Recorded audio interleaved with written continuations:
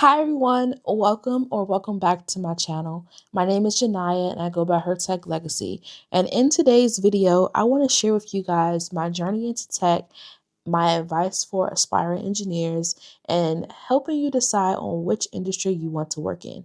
So I have a list of notes here on my iPad mini so I can make sure I cover everything. So if you see me looking away, that is why.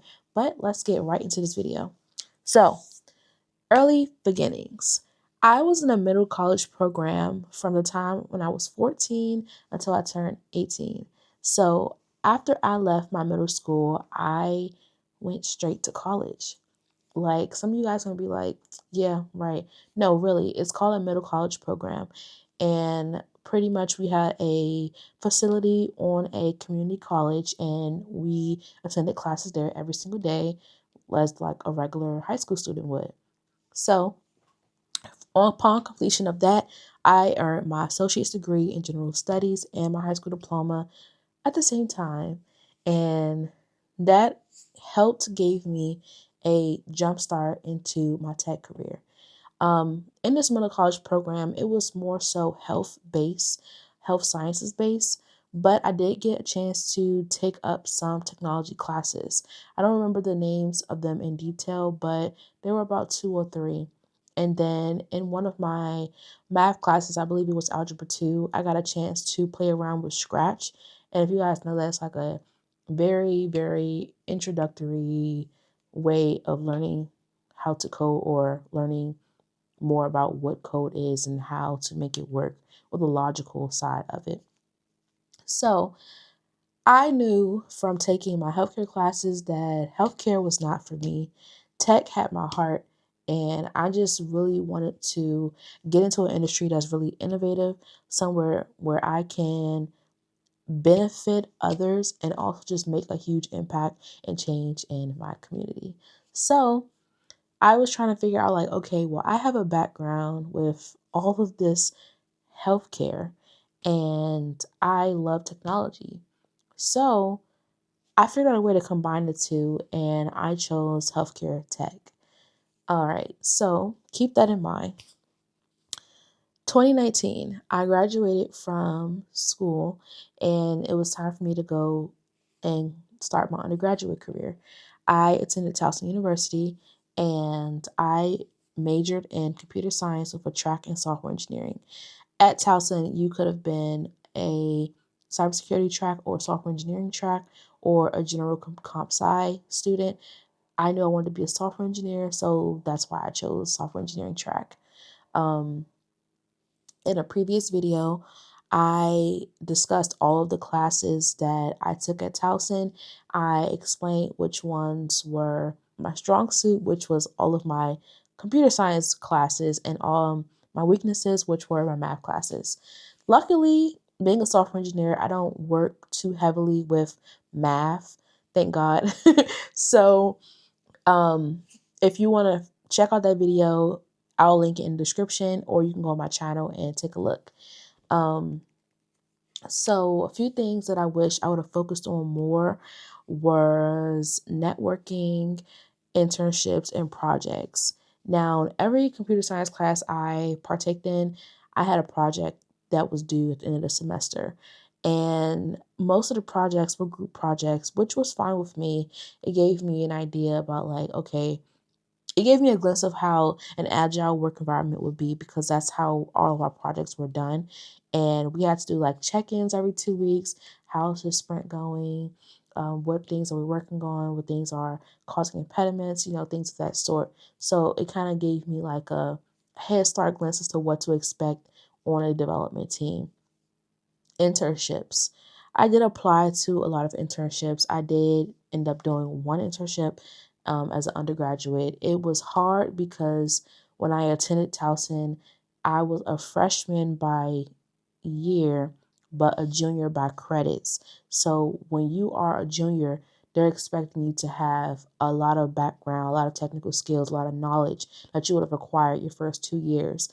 But being as though that was my situation, it made finding internships hard because I didn't have the skill set of a junior. I just had the credits of a junior. So that was that.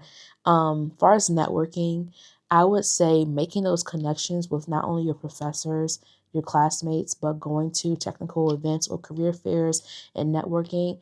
I wish I would have did more of that because I didn't do it until my last year of school. I wish I would have done that a little bit sooner. Being as though I was a junior, every time they would have had a career fair every semester, I should have been there networking, building my network connections on LinkedIn, etc. So that is something you can take from there. Um, Breaking into tech. So senior year, fall of 2022, I was applying to jobs non-stop. I would wake up in the middle of the night sometimes and apply to jobs. And that is actually how I landed my first job. I did apply on company websites. I applied on LinkedIn and Handshake. I secured my first job on Handshake, and I kid you not, I remember the exact day I did this. I woke up in the middle of the night. I couldn't go back to sleep. I went on Handshake and I applied to the job. Not even a week later, I got a call, and the recruiter was interested in talking with me and learning more about who I am, what am I seeking, and if I can learn more about the career and the role.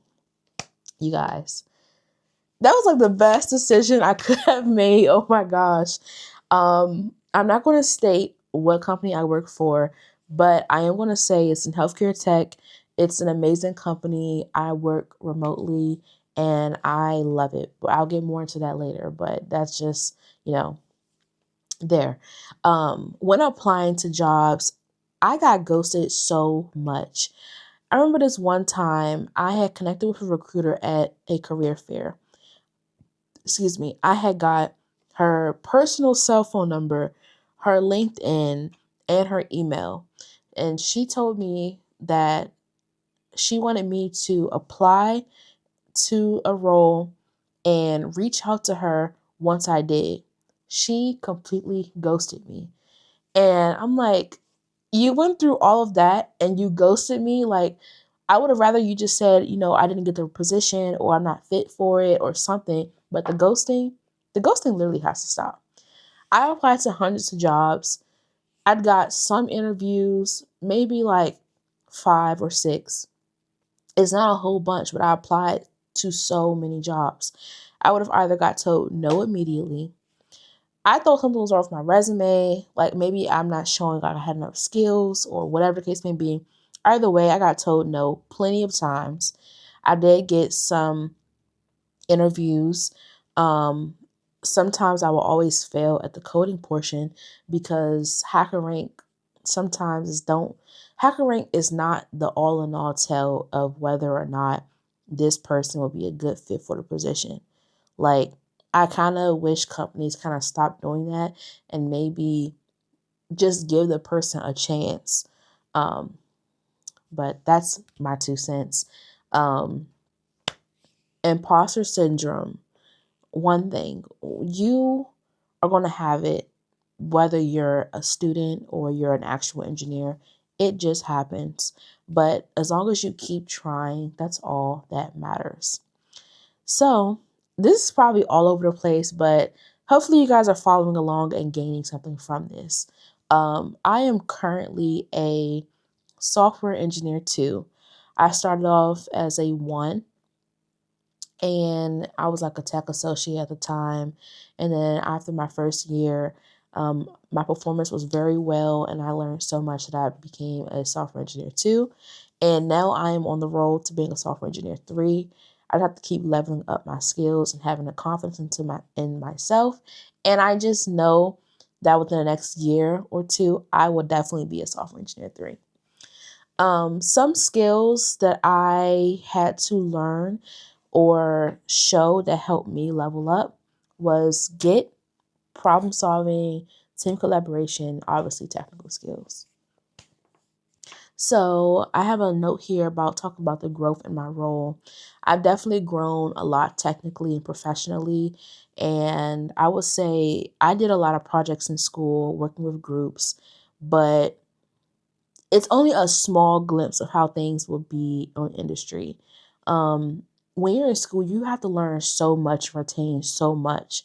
But when you are actually like in the field, You just need to know enough to complete your job, but also understand what you're doing and why you're doing it.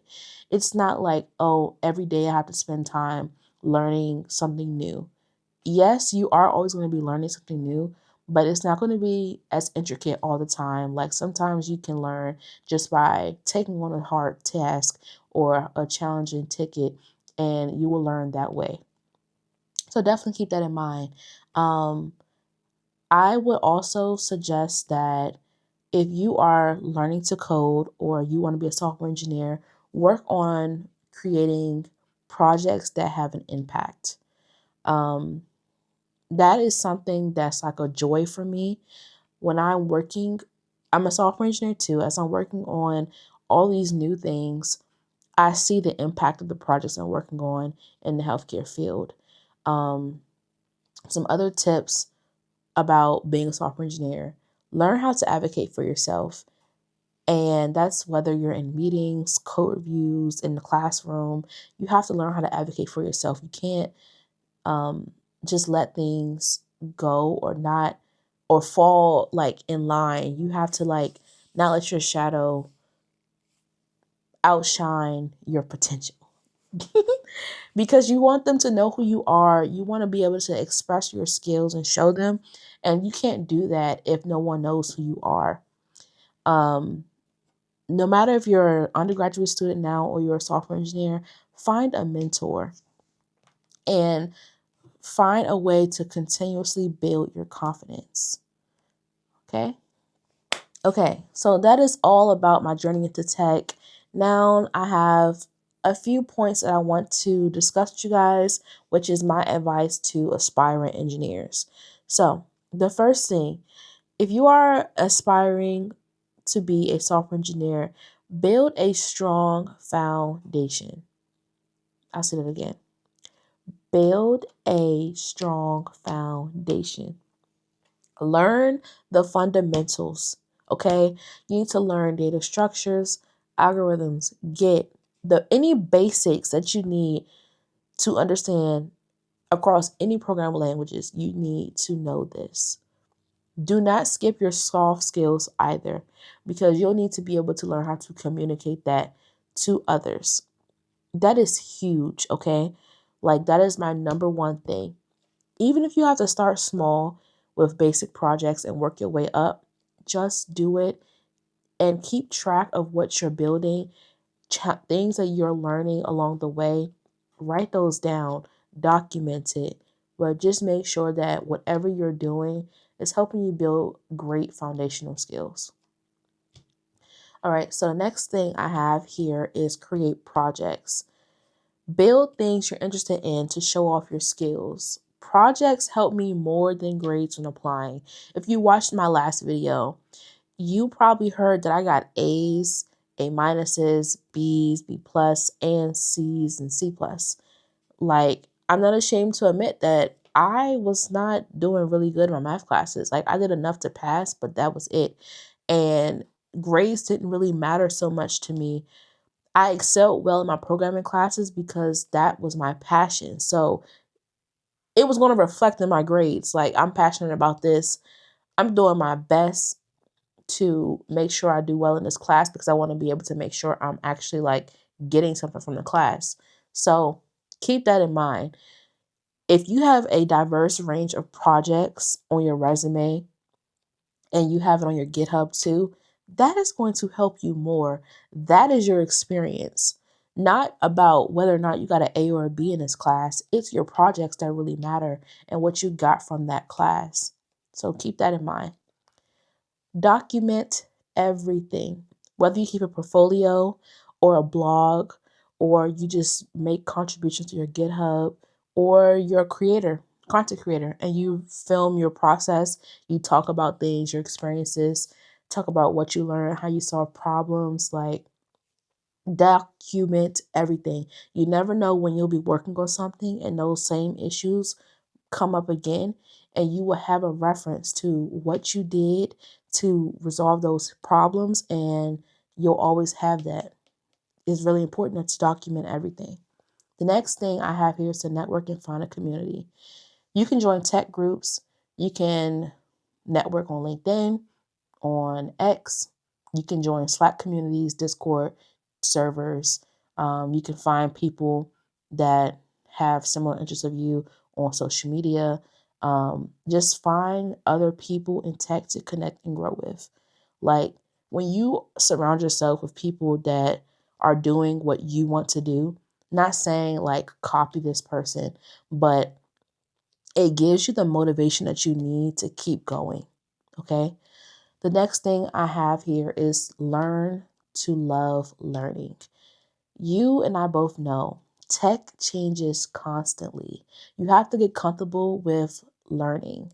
And you have to also get comfortable with the idea that you're not going to know everything. You're not expected to, and you probably never will. Like, realistically, things are always changing. You can have an idea about how something is done, but you just have to be able to move at the pace of innovations. Like, you have to be able to pick up this new tool, pick up this new technology, learn it, and adapt. Okay. The last thing I have here as my advice is to learn to advocate for yourself. Whether you're in class or in meetings, ask questions when you're uncertain about things. Speak up in class, speak up in your meetings. And when you are applying to roles, apply even if you don't meet all the job requirements because you never know. Your perspective is so valuable, and you have to be willing to put yourself out there. And remember this, no matter your background, diverse teams build better projects. Remember that. All right. So that is all my advice that I have. The last portion of this video is going to be talk about choosing an industry and why. In the beginning of this video, I told you guys that I was interested in healthcare tech. There are so many different types. There's fintech, there's ed tech, there's fashion tech. There's like so many different types of industries you can go in. Remember this, if there's an industry and there's applications, automations, processes, programs, whatever, they have tech. Pick an industry that you love, whether it's healthcare, finance, fashion, media, education, it does not matter. Figure out your passion. What are something that you're really interested in? Let that be your driving force for picking your industry. Choose industries that go along with what you value and your interest. And when you're doing that, figure out what is your why. Like, are you into software engineering just because it's a high paying role? Or do you actually enjoy building and problem solving? I just want to say this, passion sustains you through your challenges, burnout, and learning curves. Knowing your why helps you stay motivated and grow long term and actually stay in the role longer. So, last three things I'm going to say. Explore different industries early, and you can do this by projects, side projects, or internships. Reflect on the type of problems you're passionate about solving and use your why to guide you to the type of community, company, role, and tech stack you pursue. I know this video was a lot, but I really want you guys to listen to everything that I said, let it sink in, and I really, really hope that you gain something from hearing me yap. So that is my journey into tech. I hope you guys enjoyed this video. Be sure to like, comment, and subscribe. I hope to see you in my next one. Bye.